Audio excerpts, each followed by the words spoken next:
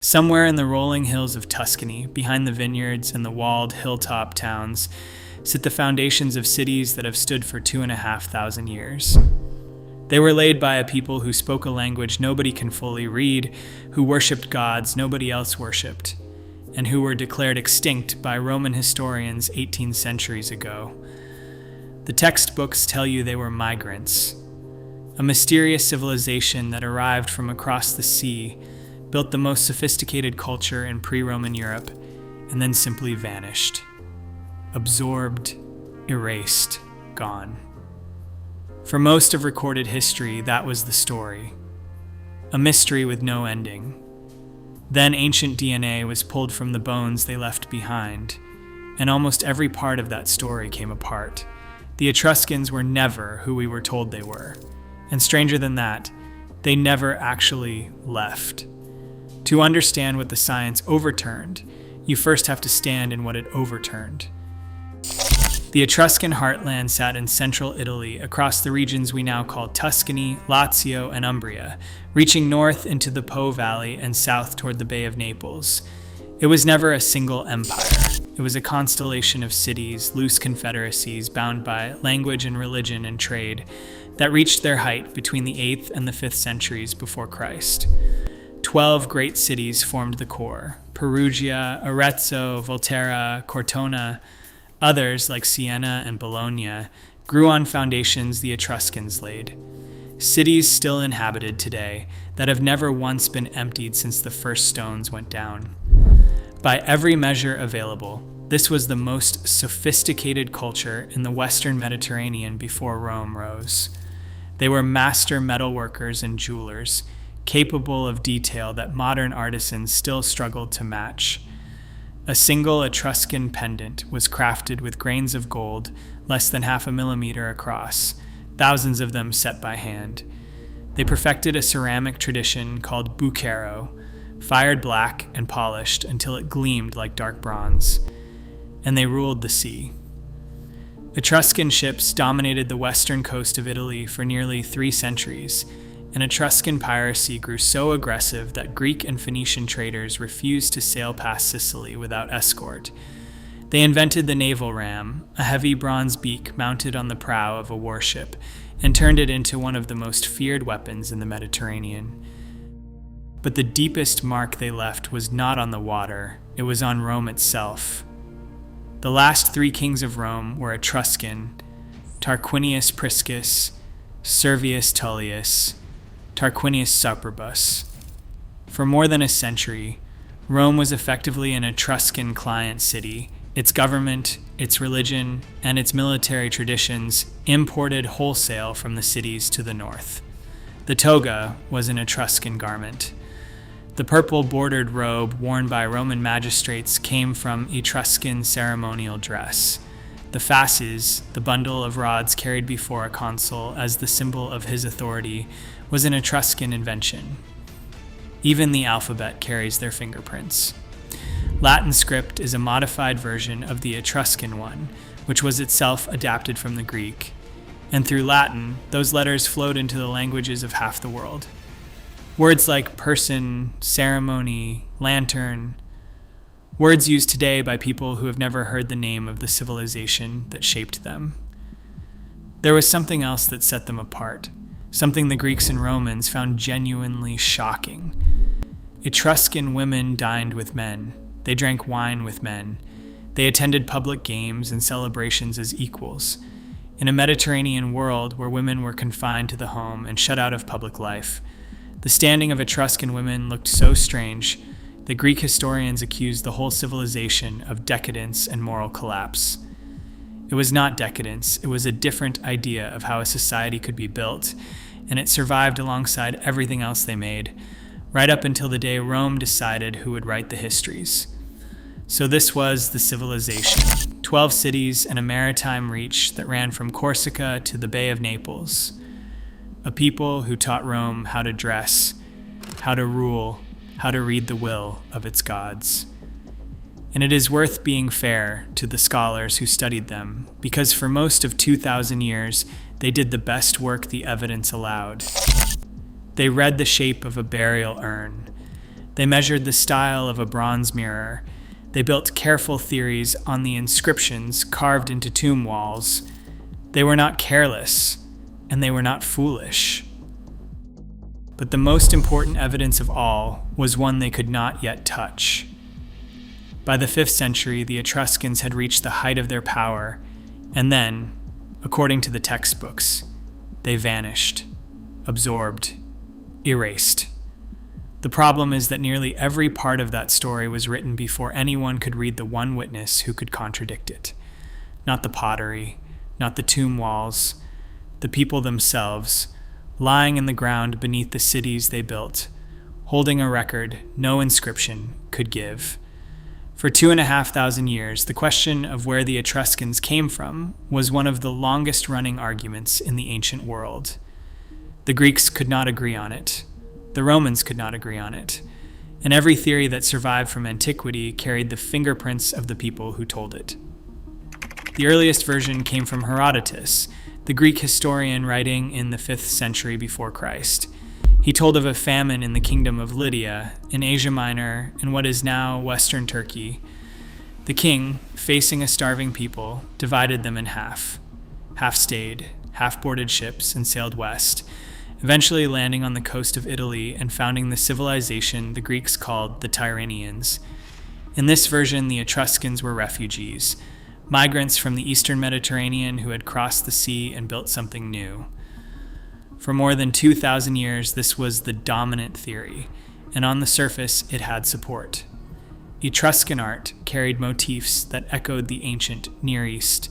Their methods of divination, the reading of livers, and the flight of birds mirrored rituals practiced in Babylon and among the Hittites.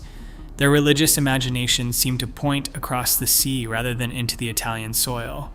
But the contradictions were there from the beginning, and they were serious. If the Etruscans had arrived by ship, why were there no Etruscan settlements along the coast where they would first have landed? The earliest cities were inland, raised on hilltop plateaus that faced the interior, not the water. If they had carried a writing system from the east, why did they take up the Greek alphabet instead of bringing their own? And if they were newcomers from Asia Minor, why did their language have no surviving relative anywhere in that region? No link to Lydian, no connection to any tongue ever spoken in the land Herodotus had named. A second theory came from Dionysius of Halicarnassus, writing in the 1st century before Christ, and it said the opposite. The Etruscans were not migrants at all. They were native to Italy, descended from people who had lived in the same hills for thousands of years before the civilization ever rose. For most of the next 2 millennia, this idea was brushed aside. Some treated it as flattery toward the Emperor Augustus, whose family claimed Etruscan blood. Others simply preferred the Greek version, with its sea voyage and its founding myth. The drama was better, but slowly the evidence began to shift in Dionysius's direction, and it came out of the ground. Archaeology in central Italy revealed a culture called the Villanovan, an Iron Age people who had occupied the same hills, used the same burial practices, and lived in the very regions where Etruscan cities would later stand. The Villanovans cremated their dead and placed the ashes in distinctive biconical urns. They built small fortified settlements on high ground. They worked iron and bronze. And then, gradually, between the 9th and the 7th centuries before Christ, their culture began to change. Their pottery grew finer. Their burials grew richer. Their settlements grew larger and more ordered. By the 7th century, what scholars had been calling Villanovan was now being called Etruscan. The transformation was so seamless that the only reliable way to tell a late Villanovan burial from an early Etruscan one is the presence of writing. If there is an inscription, it is Etruscan. If there is none, it is Villanovan. The same hills, the same people, the same culture, evolving across centuries. Other ideas drifted in around the edges. Some argued the Etruscans had come south from the Alps. Others looked to Sardinia. Both ran into trouble. The archaeological flow ran outward from Tuscany toward the Alps, not the other way. And the massive stone towers the Sardinians built had no equal anywhere on the Italian mainland. So the argument turned in circles for 25 centuries. pottery against pottery, historian against historian, theory against theory, with no way to settle which was true. And then a tool arrived that did not argue. It read, "Ancient DNA is exactly what it sounds like. Scientists extract genetic material from skeletal remains that have lain in the ground for hundreds or thousands of years, sequence it against modern genomes, and build a biological portrait of who those people were, where they came from, and how they connect to the populations still living today." It is, in every meaningful sense, a time machine made of bone. And for most of the 20th century, it did not exist. Researchers studied the Etruscans the way they had since the Renaissance, with pottery fragments, with the style of a bronze mirror, with the inscriptions on tomb walls and the guesses of historians dead 2,000 years. They were doing the best work the tools allowed. But the bones themselves, the actual record of who these people were, sat in museum drawers across Italy and Europe, unread. Then, in 2021, a study was published in the journal Science Advances that would settle the longest-running argument in Mediterranean archaeology. The team was led by Cosimo Posth of the University of Tübingen, working with the Max Planck Institute and the University of Florence, with David Caramelli and Johannes Kraus among them.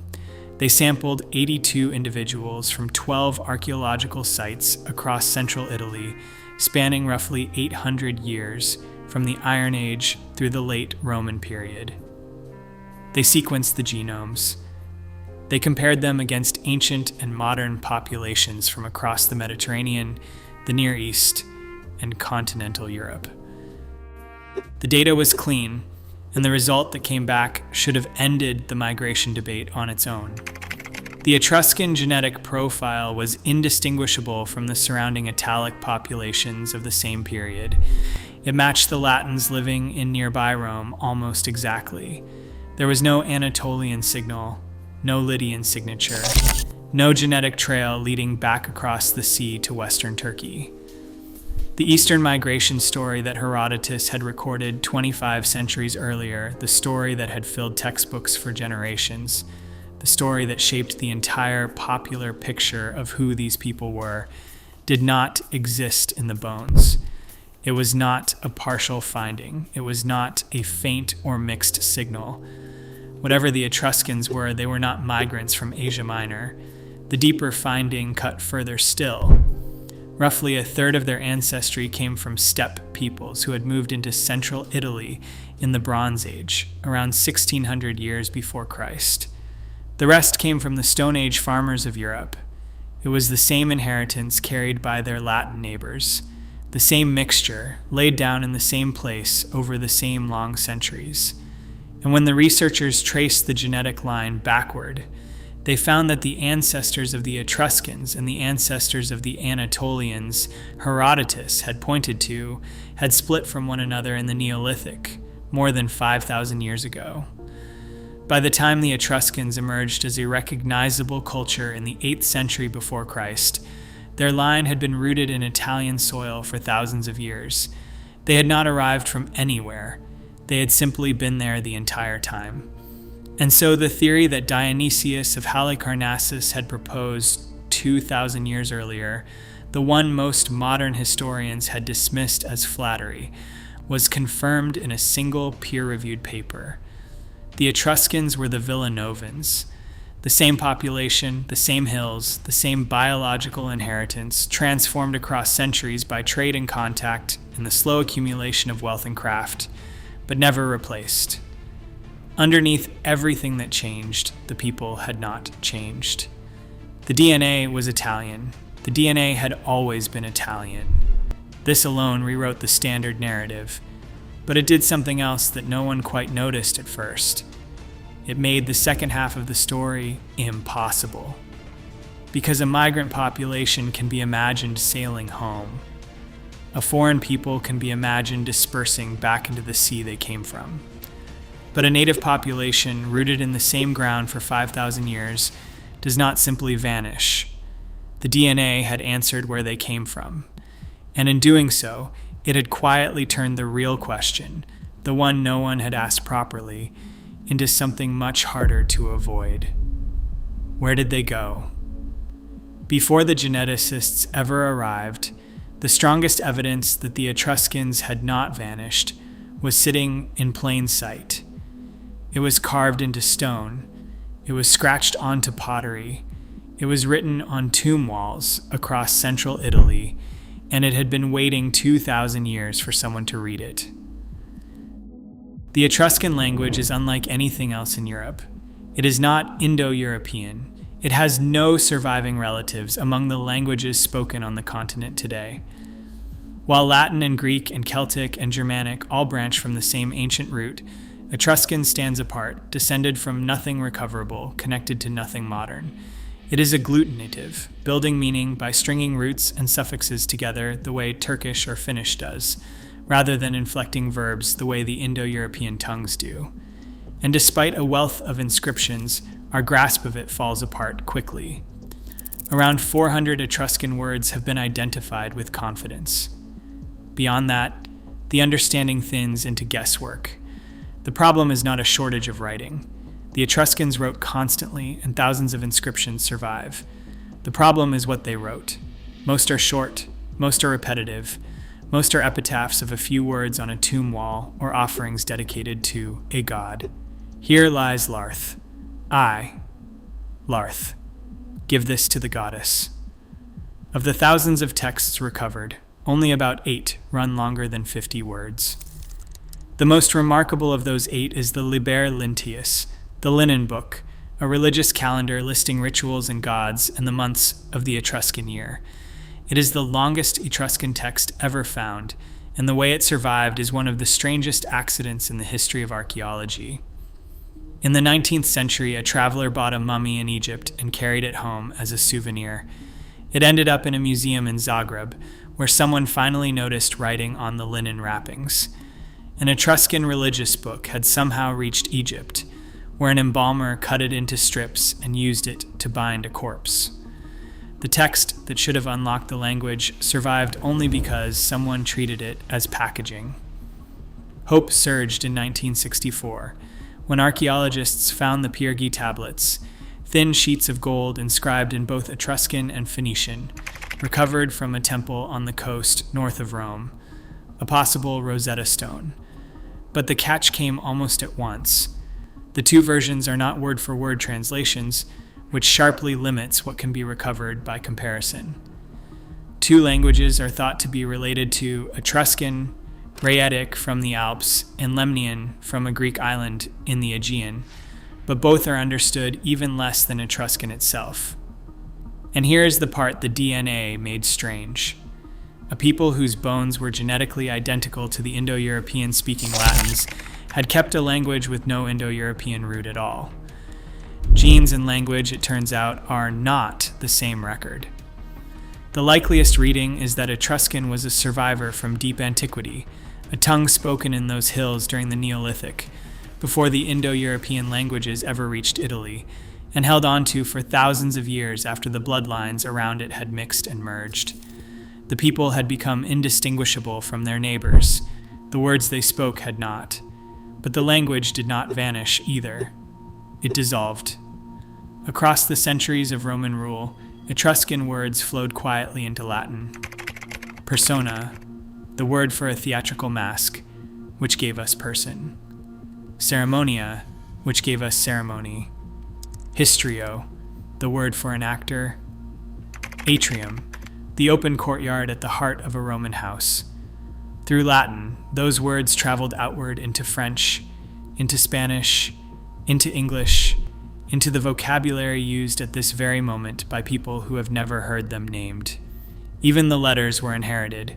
Latin script is modified Etruscan script, and every Roman inscription, every printed page in the Western world, traces its shapes back to a system the Etruscans were using in the 8th century before Christ. The Romans did not erase the Etruscans. They became them, and the language was only the beginning. The deepest thing Rome inherited was not a word or a letter. It was an entire way of speaking to the gods. According to the Etruscans, their religion had not been invented, it had been revealed. The story they told was of a furrow opening in the earth one day during plowing, and from it rising a figure named Tagus, white-haired and bearded, yet newborn at the same time, ancient and infant in one body. He dictated the sacred books to the people gathered around him, the rituals and the prayers and the methods for reading the will of the gods, and then he vanished back into the soil. Those books would guide every important decision the civilization made for the next 7 centuries. The pantheon was vast, and Rome inherited almost all of it. At the top stood Tenia, lord of the sky and keeper of cosmic order, whom the Romans renamed Jupiter. His wife was Uni, queen of the gods, who passed into Roman religion as Juno. Their daughter, Minerva, goddess of wisdom and craft, became Minerva. Aplu, a god of light and prophecy, became Apollo. Turan, goddess of love, became Venus. The names changed. The gods did not. But the deepest inheritance was not the list of gods. It was the conviction underneath it, the belief that the gods were speaking all the time. Every storm, every flight of birds, every flicker of lightning across the sky was a message that could be read by someone who knew the language. No major decision was made without consulting the signs. If the omens were unfavorable, plans were abandoned, battles were postponed, marriages were called off. The construction of buildings was halted where it stood. The will of the gods, properly read, overruled the will of every king and general and senator who claimed to lead. Each form of reading had its own specialists. Augurs studied the flight patterns of birds, fulgurators interpreted the angle and the color of lightning, but the most prestigious of all were the haruspices, the liver readers, and their method was elaborate. A ram was sacrificed to the gods. Its liver was drawn out and laid bare for examination, divided in the mind into many sections, each one belonging to a particular deity. The haruspics would search the surface for spots, for growths, for discoloration, for any irregularity of shape or texture, and read each anomaly according to the god whose section it fell in. Across the Etruscan world, and later across the Roman one, this was treated as a direct message from the divine. The Romans took it on almost without modification. The Senate consulted Etruscan haruspices. Generals consulted them before battle. Emperors kept them on staff. And even when the official religion of the state changed, even after the emperors converted to Christianity in the 4th century, the haruspices were still being consulted in private in the back corridors of the imperial palace by rulers who could not quite let go of the older system. The last appearance of the Etruscans in the historical record is one of the strangest moments in the story of any civilization. It was the year 410. Alaric and his Gothic army had encircled Rome. The food was running out. The defenses were failing. The empire that had absorbed Etruria 6 centuries earlier, that had built its government and its gods on Etruscan foundations, was about to fall. And in that desperation, the city prefect and Pope Innocent I turned to the last surviving Etruscan haruspices for guidance. The empire that called itself the heir of all things reached at the very end for the priests of the civilization it had supposedly erased. The reading was grim. The haruspices said that Rome would fall, and Rome fell. The last public act of Etruscan religion was to predict the death of the empire that had inherited it. So the culture did not disappear when the textbooks say it did. It lived on inside Rome, in the robes of its magistrates, in the names of its gods, and the rituals of its priests, for centuries after the Etruscans were declared gone. But culture is one thing. Stone and ceremony and inherited words can outlast the people who made them. The harder question, the one the DNA was built to answer, was about the people themselves. Where did they go? They went nowhere. That is the answer the bones return, and it is stranger than any vanishing. The disappearance everyone was taught was not an extinction.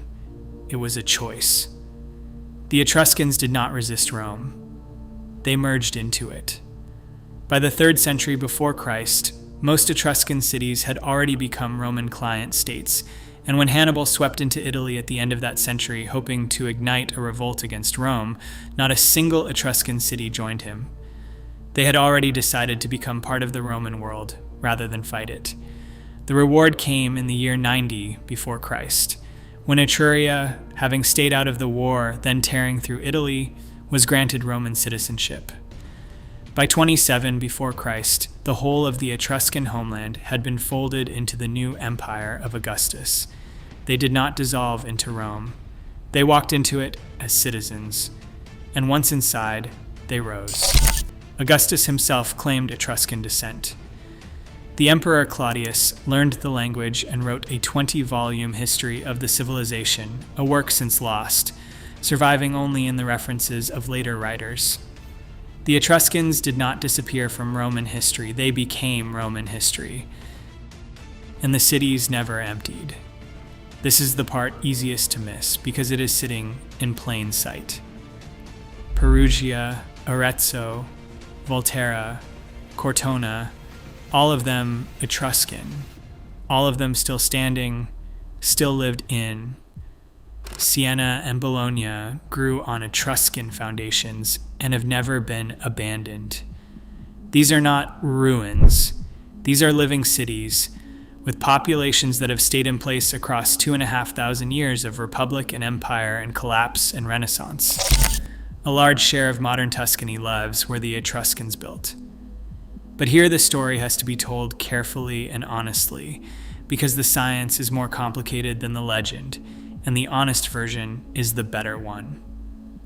When Posth's team traced the genetic signature forward through time, the simple idea of an unbroken bloodline did not quite survive contact with the data. Through the first millennium before Christ, the local gene pool was largely maintained. There was deep continuity, exactly where the old indigenous theory had placed it. But during the centuries of the Roman Empire, something shifted. Imperial expansion pulled people in from across the eastern Mediterranean, and the genetic profile of central Italy moved with them, carrying Italians from a position firmly inside Europe toward a kind of bridge between Europe and the Near East. From around the year 1000, the profile settled and held. So the people living in those hilltop towns today carry a substantial portion of that ancient Etruscan inheritance, layered over with what the empire brought. Not a sealed lineage, a real and traceable thread running through everything that was added on top of it. That is the truer picture, and it does nothing to bring back the vanishing. Because the question was never whether the Etruscans survived. They did. The question was why anyone ever thought they had not. The real reason the Etruscans disappeared is not migration, and it is not extinction. It is assimilation. They were not erased by an enemy or scattered by a famine or carried off across the sea. They chose, over generations, to become Rome, and Rome was happy to take everything they offered, the gods, the alphabet, the rituals, the robes of office, while writing the people themselves out of the record as a civilization that had faded into the past. We mistook a change of name for a death. We mistook a language dissolving into Latin for a people dissolving into nothing.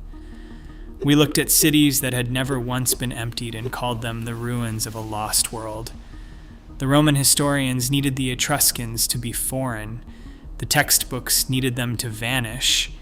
It made for a cleaner story, a civilization that rose, achieved greatness, and was gone. But the bones tell a different one. The Etruscans never left Italy.